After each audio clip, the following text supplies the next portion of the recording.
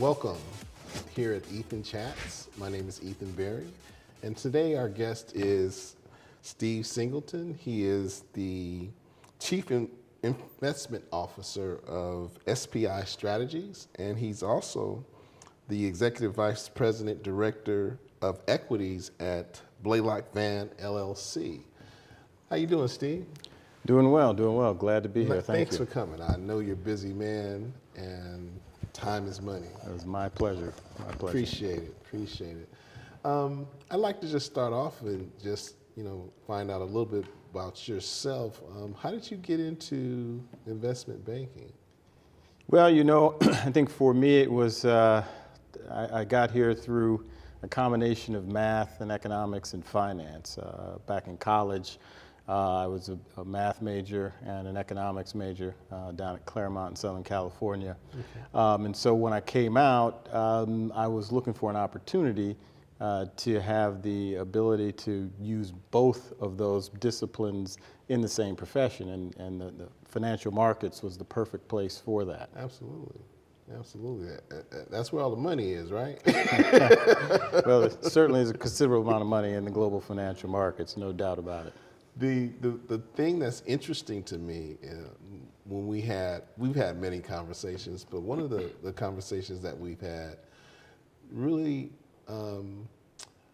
touched me about how you would like to give back to the community in ways that are going to be beneficial to the students so that they can have, better opportunities. Not many people have that. Well, I won't say that. Probably a lot of people have that same sentiment, but not many people have put it into action. What can you share with us about what motivates you?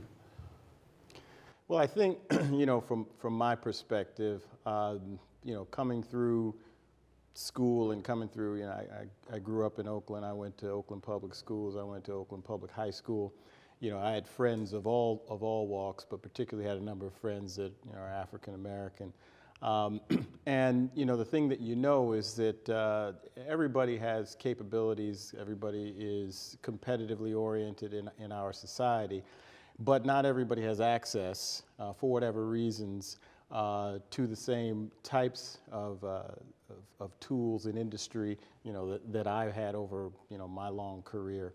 And so really what it comes down to is looking for ways perhaps to look backwards and say, okay, how can we take what is sort of the basics of what I've learned over a number of years and been able to apply in the trades that I have undertaken, and bring others along.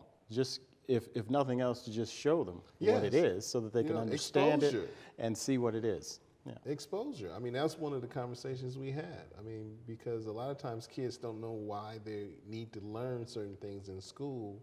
They don't know how it applies to their ability to make a living wage. They don't know how it applies to them being, able to travel and experience different things in their life, or the quality of life. But when you show them, they get it. Right. Absolutely.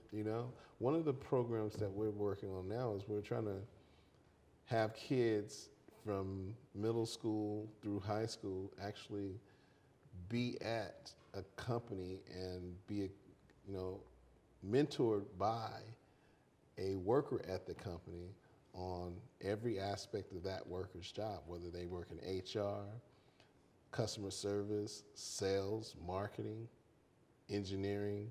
It doesn't matter. There are all types of different types of careers that are jobs that student scholars can get into, but they first have to learn the basics, to read, write, and do math. And it's, from my experience working with the public school districts in the Bay Area, that's been one of their biggest problems, really just trying to get that that middle core group to be successful, raising them up to be able to reach the bar so that they would be prepared for advanced learning, because everything starts with what you learn in elementary school. If you don't learn how to read, write, and do math with comprehension and understanding by the time you're third, fifth grade, it tends to follow you, and then you end up doing remedial courses, and then you get discouraged and you kind of give up. One of the things, being an investment banker, math, as you stated already, was one of your core subject matters that you learned in school and in college. Were there many, obstacles for you in terms of learning math? Not for me particularly, because math was a subject that always, came fairly easy to me, and it was something that I enjoyed. I think just by its nature and what it is, and the kind of person I am, I've always been a problem solver, so I'm always thinking about the problem and trying to figure out ways to solve it. And so I think that suits being drawn to mathematics quite well. And so, that's it. And there are a number of kids that are like that. And then there are still more that are actually problem solvers in their own right, but don't quite know how to translate it to mathematics. Right. And I think that, there are ways to bring the two together so that they can sort of understand that. I think you mentioned one of those ways is to expose them to the opportunities that are out there, that math has to be a part of their, arsenal of weapons or skill sets. It clearly what do you think does. about that? Yeah, no, I'd say it clearly does. I think that, math is extraordinarily important, certainly in today's society. I think it always has been, but certainly in today's society, because it's got far-reaching tentacles into everything. And everything that we do. Absolutely. And particularly even more so as everything about our economy and our way of life becomes more computerized and even robotized. And so I think that if you are someone that understands math and understands the computational sciences, you remove some of the mystery around it that can tend to intimidate, right? And now you actually feel like you can conquer it and therefore dictate how it's going to work with regards to how you run your life. Actually make it work for you. Absolutely. I think one of the questions that I wanted to ask you was, as you were going through college and your career, can you share with us an obstacle that you had to overcome that was seemingly, difficult? Because a lot of kids think things are just given to them, and they don't understand they have to work for it. So I'm trying to get that message clear. Yeah, I think that, for anything and with anything, it's all going to come with hard work, no matter what discipline anybody chooses. And certainly, I had my obstacles along the way, and a lot of it's with, trying to make sure you understand, the subject matter. I had, courses, particularly in college, where, out of the gate, it was moving faster than I was moving. Right. And, but you just keep hanging in there and fighting with it and looking to solve the problems, and you catch up, but that's where, either you have the passion for it, right, Bingo. and sort of the excitement for it, and you're like, I'm going to get this. Right. Or you don't, and then you kind of step away from it and say, well, I'm not going to get this. And that can become unfortunate when you choose the latter. And so I think that where, and that can happen for anybody at any age, but where there are places where there are mentor programs so things like that can happen. And we've got a number of those here in the Bay Area and certainly in the East Bay. The folks out at EOYDC, they do some really nice things there. Absolutely. Regina Jackson and her group, the Hidden Genius folks, Brandon Nicholson and his group, they do some really great things in terms of, again, trying to demystify, what all of this is and empower everyone to understand that, yes, you can do this. You have to want to do it. You have to want to do it. I can't want to do it for you. Right. You have to want to do it. But if you do, there are resources here available, right, so that we can all win. And that is kind of like the intersection of everything for us, because working with the students that are in, I'll just use Oakland Unified School District because that's who we're working with the most right now. It is a situation where a lot of parents and their children, student scholars, don't know the resources that are available to them. So where it used to be the resources didn't exist, that did happen at one point in time. The resources are now there. And so what we're trying to do is have, talk shows like this with, people from the community who are, enterprise, entrepreneurs and, movers and shakers and stakeholders of the community that can share some positive outlooks for the students so that they can understand that there is a reason you need to learn these things so that you can make money. A lot of people think that entertainers or athletes, same thing to me, are the ones who make the most money, but truth be told, businessmen, scientists, technologists, by far make more multimillionaires than singers, rappers, dancers, etc. Because that industry is so, so small. Yeah, no. Clearly, if if you're a business owner in one of these key areas, or certainly a technology innovator, you are certainly in the position of being able to create enormous amounts of wealth. And I think that that's important in and of itself. But what's even more important and transformational, I think, is the ability to empower others. That's how we get more from everyone to make a better place from one street, one community at a time, to one city, one country at a time, one world. And so that's the real key to all this. I think if it's all bottled up so that only a small number of folks know what it is, that's not going to actually move the needle in terms of creating progress globally. Right, and I think that's a key point, because if it's all bottled up into one umbrella, then that limits the number of people that they can help as well, and that in turn limits the number of success stories that can be told. But if we work together,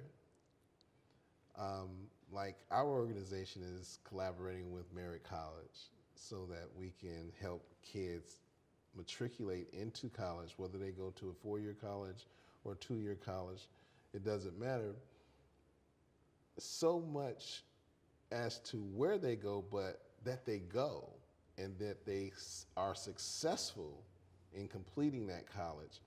And the 2-year college track is usually so that they can get, a foot in the door and start an internship at a company that, otherwise they wouldn't be able to get into at a certain level. And we're talking about more scientists and engineering positions, because they pay the living wage for the majority of pick a city in the United States. If you're in technology or you're in, banking or you're in science, you're gonna make a living wage.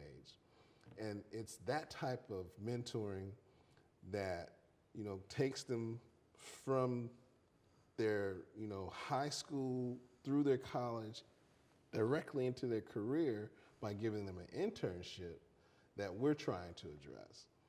And our hope is to work closely with organizations that cover the rest, work with them from kindergarten to middle school to high school to college. What we've found is that they need that help, that extra help getting into the industries. So for instance, we have a company that we're talking to right now about their internships. And the idea here is to make sure that they hire as many people, young people, as we can prepare. And this is the first time that this particular college is doing this. Is Merritt College. I might as well say the name. It's no mystery or anything. Merritt has a cybersecurity program, and they are literally trying to train kids not to just succeed in their academics, but place them in an internship that is paid, with food, travel, and lodging, so that they get real world experience and they know how the rest of the world operates. Because in getting into those types of internships, they learn a lot of new soft skills, a lot of new communication skills, a lot of new technical skills, because theory is what they learn in college. On the job, theory does not necessarily always unfold its real life. Right. No, absolutely. Absolutely. And I think those partnerships are tremendous, and they're great to be able to, to garner those. Working clearly is something that I think that all young people need to learn how to do. Right. So getting a job is really important. That's the that is the biggest deal in anyone's life, right? Earning your way. And if you don't learn how to do that, it kind of cripples you. Because you don't know how to do things, and a lot of times with the young people that we deal with, sometimes it's kind of a ego thing too. They don't want you to know that they don't know things, and we have to get away from that and just break down those walls of insecurity and just get to the meat of it all. Cut to the chase. What do you need to learn? What do you want to do? Are you happy with what you're doing now, and where do you see yourself in 5, 10, 20 years from now? Those are the types of things that, unless the child, the student scholar, is thinking about, life will creep up on them, and they'll find themselves in their 40s, and it's like, I never thought about that. It's just been like a day-to-day grind just to survive. And so I'd like to know from you, what are some ways that you think can help students who are still in school but need that extra help getting into, like the workforce? Because they don't necessarily have a mentor or someone who can show them the ropes. Well, again, I'd say that it's sort of threefold. And again, and I'm not as close to the schools as I was when I was there, but what tends to happen, and I've seen in many school environments, is you have the opportunity of doing some work and helping out with teachers, and having the opportunity to be someone designated as a point person that whether it's getting everybody together in terms of how we do our assignments or turn in assignments, that kind of thing, or scheduling how we're going to do mentoring and that kind of thing. It gives somebody the responsibility and the accountability, which are those are the two key things: responsibility and accountability. That no matter what it is that you're going to end up doing, those will be the two key items that everybody's going to check you on. Okay, and so it can start as simple as that, and then it moves on from there. Again, I mentioned EOYDC and the program that Regina Jackson has. They do something there that I had never seen before, which is tremendous. They call it cascading mentorship, where the older students are actually mentors to the younger ones, who are mentors to the even younger ones. And it's done in such a way where everything about the environment is set up so that there are like pictures of the oldest ones there when they were your age. Right. So you can see what they look like when they were you, and now you see them as they are today. So they can really visualize themselves moving into the future and doing things that they may not have thought they could do before. That is exactly it. That's a great idea. And when you see it and you watch it all the way up, and it's all the way into the number of kids that have matriculated through the Oakland Public Schools, have been a part of that program, and are now in college, and they're coming back and doing it as well. And so when you create that, you begin to create that sense of responsibility and accountability that, again, somebody in the workforce is looking for, no matter what the job is, no matter whatever it is that you come to me, whatever it is I ask you to do, if you jump on it and own it, okay, then and I can count on you to own it, then we're good. Accountability. That's exactly it. I mean, the bottom line is accountability. If you can have the passion, the intrinsic motivation enough to just do the work, even if you don't know everything about that particular task or job, ask someone, read up on it, learn as much as you can, get it done, because people watch for accountability. I myself, some of the students that we have, it's like I look for the students who actually do their assignments and turn them in on time, right? Absolutely. Because now we can move on to the next level of learning versus the student that comes in and says, I didn't have time. Okay, well, do it now. Let's get it done. What help do you need? That student needs just as much motivation and encouragement to raise them to the level that they need to be as the kid that has already done their homework. But I like the concept that you just elucidated on with EOI DC. That's right. East Oakland Youth Development Center. Regina Jackson. That's We're right. gonna She runs have to get that. her You're going to have to get her in here. And have a talk about it. conversation. She runs a tremendous program out there. I'm gonna be calling you, Regina. Those are the very fundamental bedrock of education. I mean, getting kids to be accountable, be responsible for their own work. That's number one. The only reason they go to school is to learn. And somehow that has been contorted into they go to school to have fun. I don't know when that started, but I know when I was going to school. You try to have a full rounded experience. So it's a combination of the two. It's a combination. Yeah, sometimes some people lean one way more than the other, right? You want to have balance. You want to have balance. You want to have balance because if you have too much fun and you're not doing your homework, then it's gonna cost you in the short and long run. Right. And I have a lot of questions that I want to ask you, but this is just one more burning question. When you look for employees, and this is a specialized industry, right?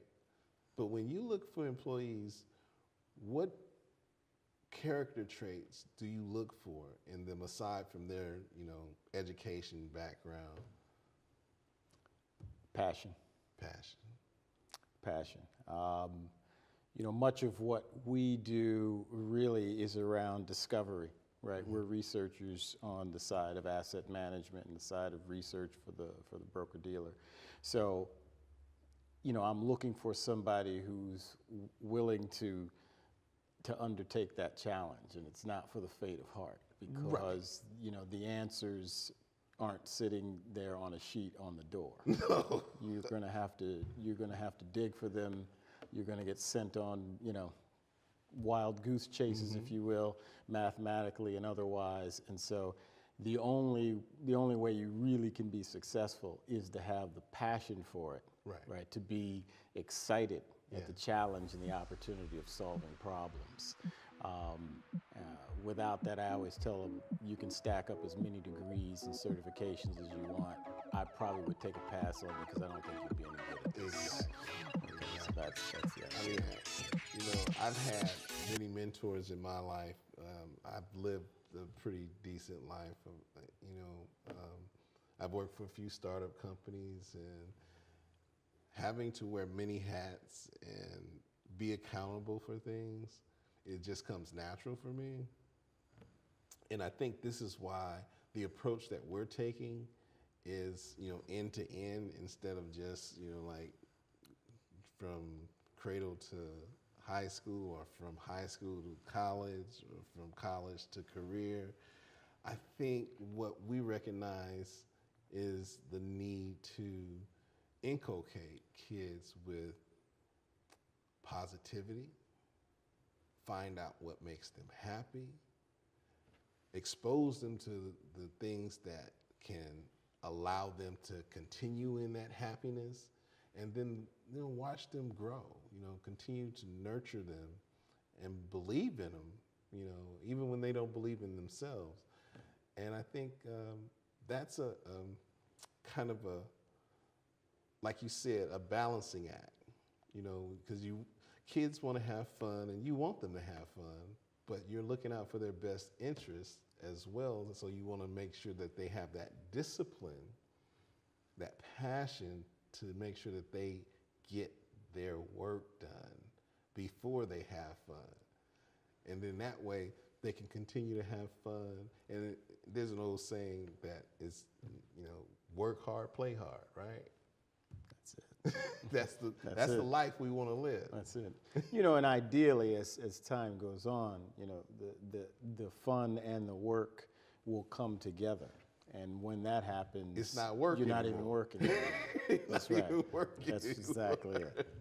That's where you want to be. Absolutely. Right. Yeah. Absolutely. Well, one thing that I wanted to say is, like, it's been a pleasure to have you on the show. I'm just going to summarize what we've been talking about here so that the audience will walk away with the exact information that we're trying to convey. If you have passion, you can achieve anything. All you need to do is ask for help and put the work in. Doesn't mean that you have to give up having fun in life. In fact, if you have passion for something that you can make money, a living wage at, it won't even be work to you. That's really it. Thanks, One more day Steve. in your life. I appreciate it. We'll have you back. My pleasure.